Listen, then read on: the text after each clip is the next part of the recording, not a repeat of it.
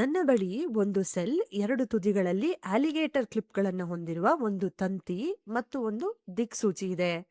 ನೀವು ಸಾಮಾನ್ಯ ತಂತಿಯನ್ನು ಬಳಸಬಹುದು, ಆದರೆ ಎರಡೂ ತುದಿಗಳಲ್ಲಿರುವ ಇನ್ಸುಲೇಷನ್ ಅನ್ನ ತೆಗೆದಿರಬೇಕು.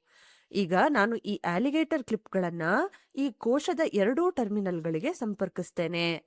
ಹೀಗೆ ಮಾಡೋದ್ರಿಂದ ಏನಾಗ್ಬೋದು ಅಂತ ನೀವು ಊಹೆ ಮಾಡ್ಬೋದಾ? ದಿಕ್ಸೂಚಿಯ ಸೂಜಿಯಲ್ಲಿ ಯಾವುದಾದ್ರೂ ಬದಲಾವಣೆ ಕಾಣಿಸುತ್ತೆ ಅಂತ ನಿಮ್ಗನ್ಸುತ್ತಾ? ಸ್ವಲ್ಪ ಯೋಚನೆ ಮಾಡಿ ನೋಡಿ. ಸರಿ, ಈಗ ನೋಡೋಣ.